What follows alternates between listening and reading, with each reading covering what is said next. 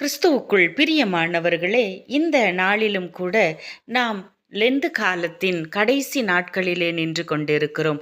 இயேசு கிறிஸ்துவின் சிலுவை மரணத்திற்கு பிறகாக என்ன நடந்தது என்பதை குறித்து இன்றைக்கு பார்க்கலாம்.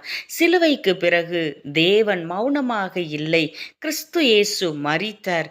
மனிதன் சொல்லுகிறான் எல்லாம் முடிந்தது என்று. ஆனால் கர்த்தராகிய தேவன் சொல்லுகிறார் இப்போதுதான் ஆரம்பமாகிறது.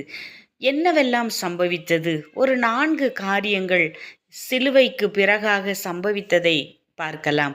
முதலாவதாக தேவாலயத்தின் திரைச்சீலை கிழிந்தது. மத்தேயு 27:51 பாவம் கட்டிய சுவர் உடைந்தது.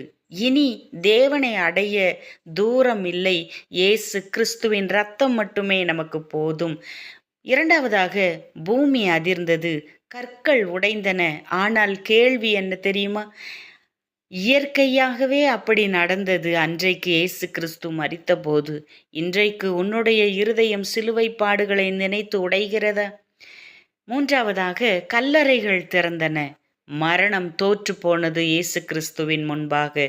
சிலுவை மரணத்தின் மரணமாக மாறிப்போனதே மரணம்.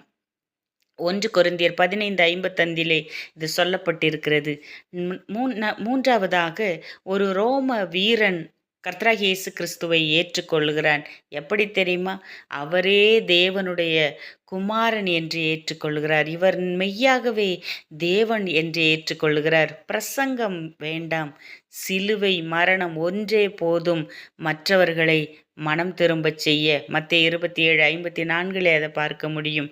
இறுதியாக கல்லறை என்பது முடிவு அல்ல, அது உயிர்த்தெழுதலுக்கான விதைக்கப்பட்ட நிலமாக இருக்கிறது. யோவான் 12:24 நாம் பார்க்க முடியும். இன்றைக்கு நமக்கான அழைப்பு, திரைச்சீலை பிளந்தபோது நீ இன்னும் தேவனுடைய சமூகத்திற்கு முன்பாக வராமல் வெளியில நிற்கிறாய்? கல்லறை திறந்தபோது நீ இன்னும் பாவத்தில் தானா நின்று கொண்டிருக்கிறாய்? கிறிஸ்துவுக்குள் இருப்பவர்கள் புதிய சிருஷ்டியாக மாற்றப்படுகிறார்கள் என்று 2 கொரிந்தியர் 5:17 சொல்லப்பட்டிருக்கிறது. சிலுவை உனக்காக முடிந்தது. இன்று உன்னுடைய மனமாற்றம் தொடங்கட்டும் என்று கர்த்தருடைய வார்த்தை நமக்கு சொல்லுகிறது. பிரியமானவர்களே, இயேசு கிறிஸ்து சிலுவையிலே மரித்தபோது தேவாலயத்தின் திரைச்சீலை மேலிருந்து கீழாக கிழியத் தொடங்கியது. காரணம், நமக்கும் தேவனுக்கும் நடுவே இருந்த பாவம் என்னும் சுவர் உடைந்து விட்டது. கர்த்தராகிய தேவன் நம்மோடு கூட இருக்கிறார்.